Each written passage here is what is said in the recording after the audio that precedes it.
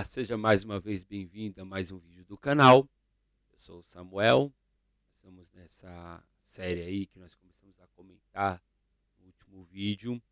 Nós estamos falando sobre o tabernáculo de Moisés, algumas partes do tabernáculo, não o todo, né? Algumas partes importantíssimas para nós conhecermos e sabermos para a nossa edificação na palavra de Deus.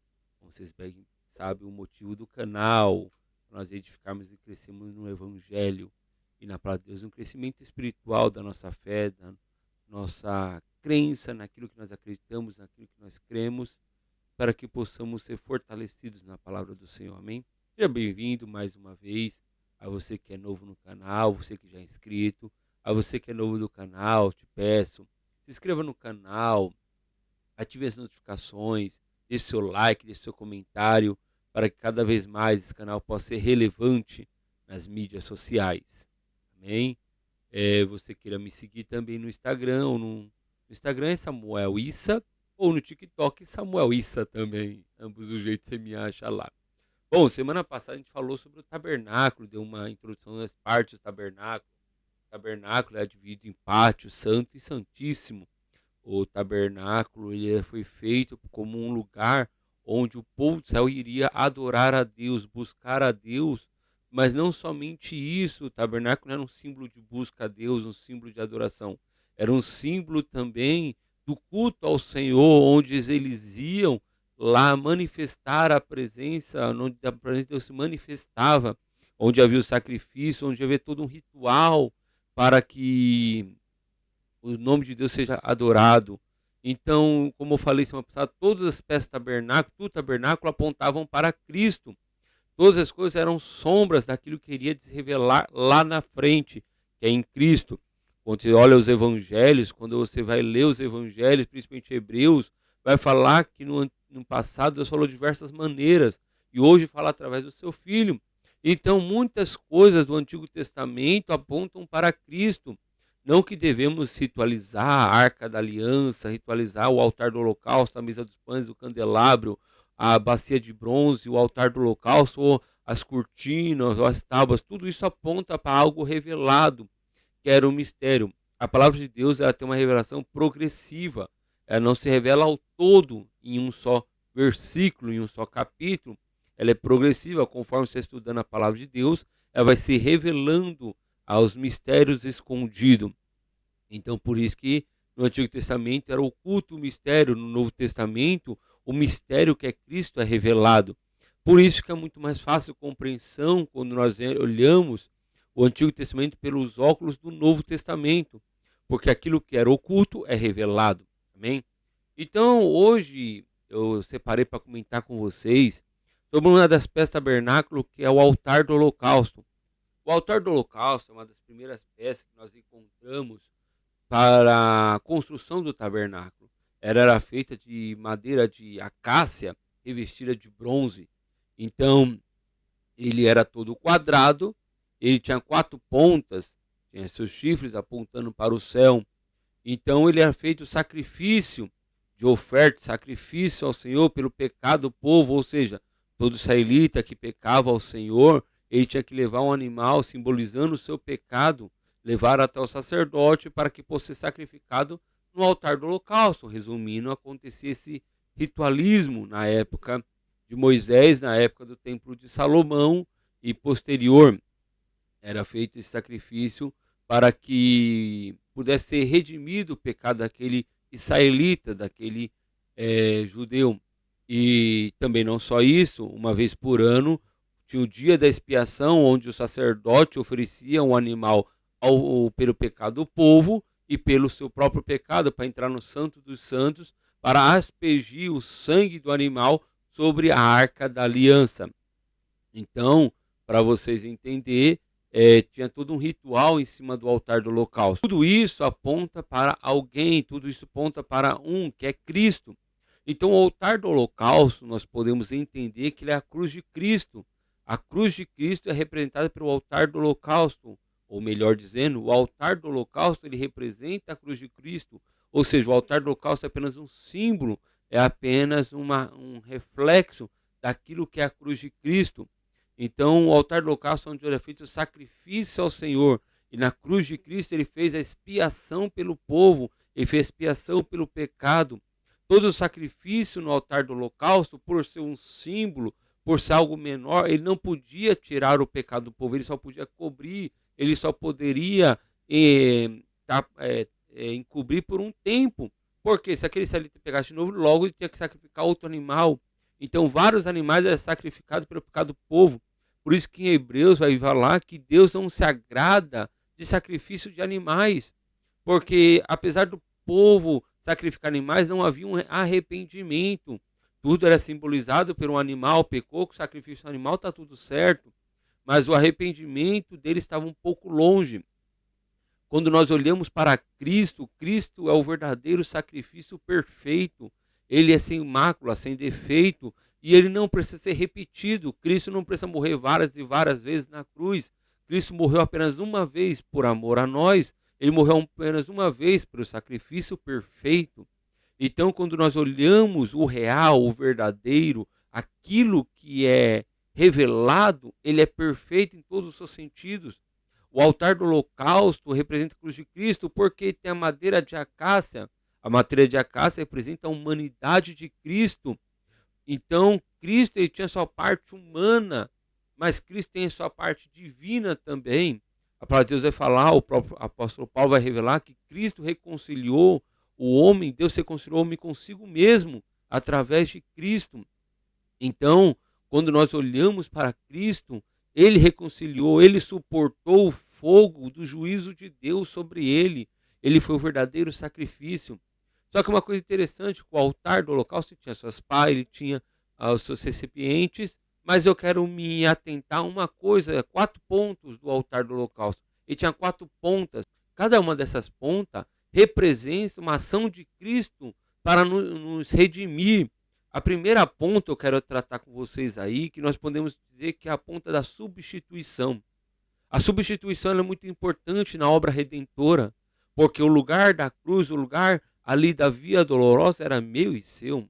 O lugar da via dolorosa era para nós ter sofrido o juízo de Deus, ter sofrido a máxima pena pelo nosso pecado, porque todos pecaram e todos foram destituídos da glória de Deus, todos foram destituídos da presença de Deus, todos foram se tornados inimigos de Deus. Nós, antes de convertermos, antes de aceitarmos a Cristo, nós éramos inimigos de Deus, nós andávamos em trevas, mas a partir do momento que aceitamos a Jesus, nós se tornamos filho. Mas por que ele tomou o nosso lugar? Então a primeira ponta que nós temos que entender que quando olhamos para o sacrifício de Cristo, não é uma coisa bonitinha, ai, de eu dar joinha, não, eu tenho que entender que aquele lugar era meu, que aquele lugar eu era merecedor da punição, eu era merecedor do castigo, não era, mas sou.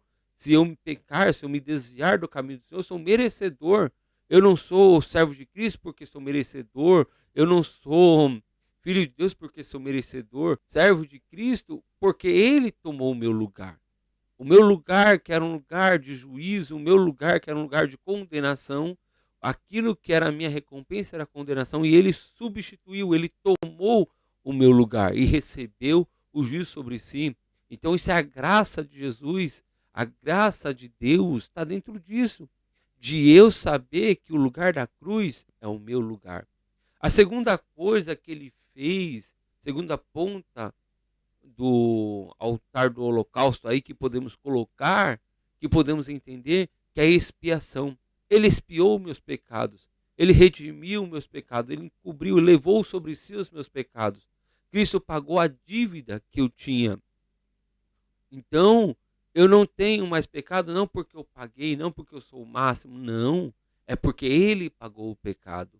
Ele pagou a dívida. É como você ter milhões e milhões devendo para o banco. E alguém chega e paga a sua dívida e seu débito, sua dívida é debitada, é quitada, ou seja, não existe mais dívida, porque alguém pagou, alguém extinguiu a dívida. Assim éramos nós sem Deus. Sem Deus nós estávamos em débito com Deus. Sem Deus nós estávamos em dívida, com a fatura atrasada, por melhor dizendo. Só que quando Cristo morreu em nosso lugar. Quando ele tomou o nosso lugar e morreu na cruz, ele pagou a dívida. Ele levou sobre si as nossas enfermidades, ele levou sobre si as nossas dores, ele levou sobre si os nossos pecados. Então ele expiou os nossos pecados, ele redimiu os nossos pecados. Então eu não tenho mais pecado não porque eu me redimi, não porque eu paguei, mas porque em Cristo eu estou coberto, em Cristo eu estou, pelo sangue de Cristo, pago toda a dívida que existia. E em Cristo eu estou justificado. Em Cristo eu estou justificado pelas minhas transgressões. Então eu não sou justo, não porque eu sou bom, não porque eu sou melhor. Nós não somos justos porque somos os melhores. Nós não somos santos porque somos os melhores, somos santinhos que não pecamos. Até porque em João fala, filhinhos, não pequeis, mas se pecar. Então nós estamos sujeitos a pecar, nós estamos sujeitos a errar, nós estamos sujeitos às vezes a praticar injustiça, não deveríamos, mas estamos sujeitos. Mas Cristo, ele nos justificou. Cristo, ele nos redimiu, ele expiou, ele pagou. Então, nós não somos servos de Cristo, não porque não somos melhores, nós somos dependentes de Cristo. Nós somos dependentes do amor dele. Nós somos dependentes do sacrifício dele. Outra coisa interessante, a expiação foi perfeita. Você não pode hoje em dia querer fazer algo, vou justificar diante de Deus, vou orar para Deus me amar mais, vou jejuar para Deus me amar mais, vou ofertar para Deus me amar mais, vou subir um monte para Deus me amar mais. Infelizmente você está fazendo um sacrifício de tolo, porque ninguém mais pode fazer algo para fazer Deus te amar mais. É impossível. Porque Deus, se ele poder te amar mais, significa que ele te ama com amor imperfeito. E se ele te amando de um amor imperfeito, significa que ele pode melhorar esse amor. Então significa que ele não é perfeito. Então, quando nós queremos um Deus perfeito, justo e santo, que era, que é e que sempre será, então ele não pode te amar mais. Ele te ama já com amor perfeito. Mas fala assim, mas então para que orar? Para que jejuar? Para que ler a Bíblia? Se nada disso vai alterar o amor de Deus por mim. É para você ter comunhão com ele. É para você ter intimidade com ele.